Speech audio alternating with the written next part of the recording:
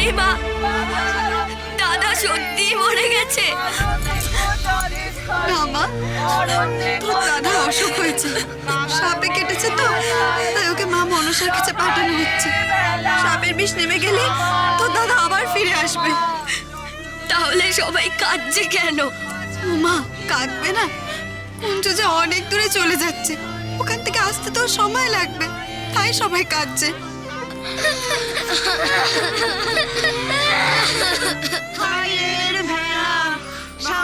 কত দূর যাচ্ছে দাদা? ওই যে বললাম, মায়ের কাছে, মা মনসার কাছে। মা মনসা কোথায় থাকে? দাদা সেই জায়গাটা চেনে? কি করে একা একা যাবে বলো না। শ্যামা, শ্যামা কাঁদিস না মা, তুই যা, ওদেরকে গিয়ে সামলা, যা।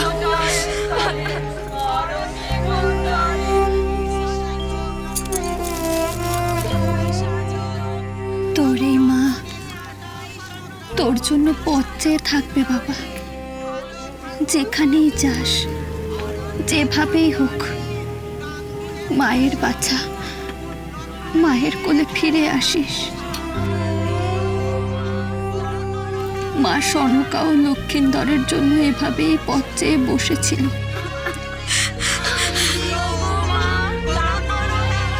লক্ষিন্দর কিন্তু সত্যি সত্যি এসেছিল। তুইও আসিস বাবা,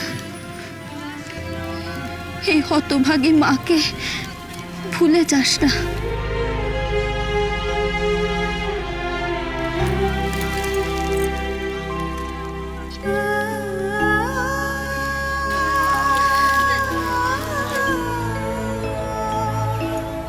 মেয়েটাকে তো সত্যি কথা বলতে পারতে দিদি, তাহলে আর এত মিথ্যের জাল বুনতে হতো না।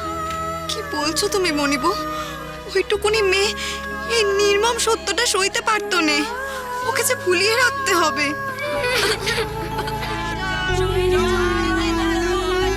কেন?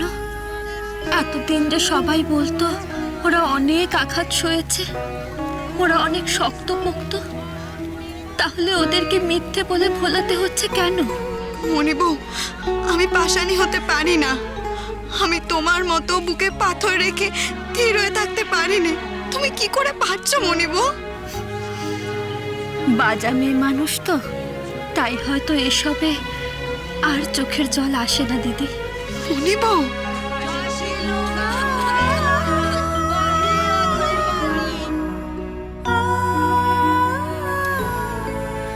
ঠাকুরপো, এবারে সূর্য ডুববে, তুমি এবারে ভেলা ভাসা। সবাই বলো, জয় মা মনসার জয়, জয় মা মনসার জয়, জয় মা মনসার জয়, জয় মা মনসার জয়, জয় মা মনসার জয়। কই গো, চলো তাড়াতাড়ি, ভেলা ভাসাতে হবে, তাড়াতাড়ি চলো।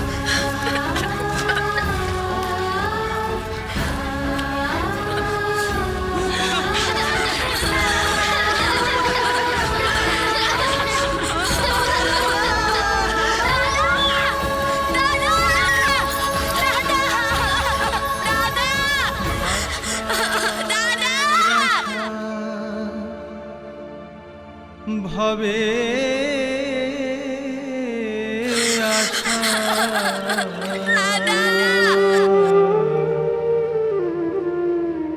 আশা মাত্র হলো, যেমন চিত্রের পদ্মেতে পড়ে ভ্রমর ভুলে রলো।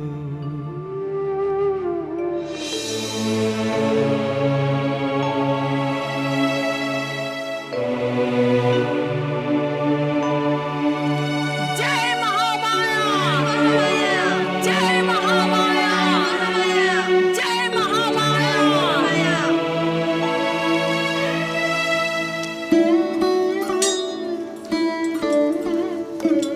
ঠাকুর, আপনি যে শেষ পর্যন্ত আমাদের সামনে এসেছেন, এই মহামায়ার আশীর্বাদ।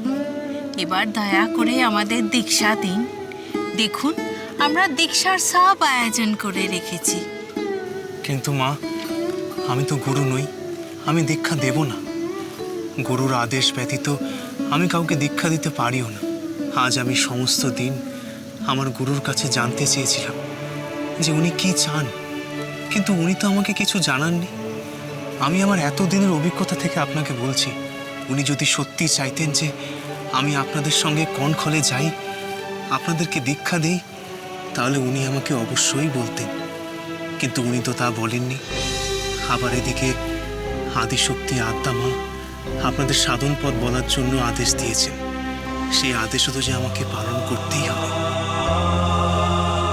আচ্ছা মা, আপনারা তো সবাই সাধিকা, আপনারা ভগবানের সাধনা করেন। যে কোনো ধর্মমতে কায়মনোবাক্যে আপনারা সাধনা করে ঈশ্বরের কাছাকাছি পৌঁছতে চান। এর চেয়ে বড় আর কি হতে পারে বলুন তো? যদি সম্ভব হয় তাহলে আপনার সেই সাধনার সঙ্গে মিশিয়ে দিন সেবা। সেবা? হ্যাঁ মা, মানুষের সেবা। ওই যে কালীকমলি বাবাকে দেখছেন, উনি সাধনা করতে করতে মানুষের সেবায় যোগ দিয়েছেন। তারপরে এই যে দুজন ব্রহ্মচারীকে দেখতে পাচ্ছেন, দীনবন্ধু আর দেবী প্রসাদ, ওনারা ব্রহ্মচর্য পালন করতে করতে মানুষের সেবাও করছেন। তাছাড়া আমার গুরু তো এই কথাই বারবার আমাকে বলেছেন, শিব জ্ঞানে জীব সেবা। জীবকে শুধু দয়া নয়, জীবকে ভালোবাসতে হবে, মানুষকে ভালোবেসে মানুষের সেবা করতে হবে। প্রকৃতি যদি ঈশ্বর হন, তাহলে পুরুষ হলো গিয়ে এই বিশ্ব চরাচরের তামাম প্রাণীকুল। তার সেবা করুন মা, তার সেবা করুন। এই জপ করে, ধ্যান করে, যাগযজ্ঞ করে শুধু হবে না, আপনাকে জীবের সেবা করতে হবে। আমার মনে হয় এটাই সাধন পথের সঠিক পথ। আপনি মহামায়ার জয়ধ্বনি দিন, রামকৃষ্ণ পরমহংসদেবের জয়ধ্বনি দিন, রাধা কৃষ্ণের জয়ধ্বনি দিন, মানুষের জয়ধ্বনি দিন। তাহলেই আমার মনে হয় আপনারা আপনাদের সাধনায় একদিন ঠিক সিদ্ধি লাভ করতে পারবেন। জয় মহামায়া! জয় মহামায়া! জয় মহামায়া! জয় মহামায়া! জয় রাধেশ্যাম! জয় রাধেশ্যাম! জয় রাধেশ্যাম! জয় শ্রী রামকৃষ্ণ! জয় শ্রী রামকৃষ্ণ! জয় শ্রী রামকৃষ্ণ! জয় শ্রী রামকৃষ্ণ! জয় অন্নদা ঠাকুর!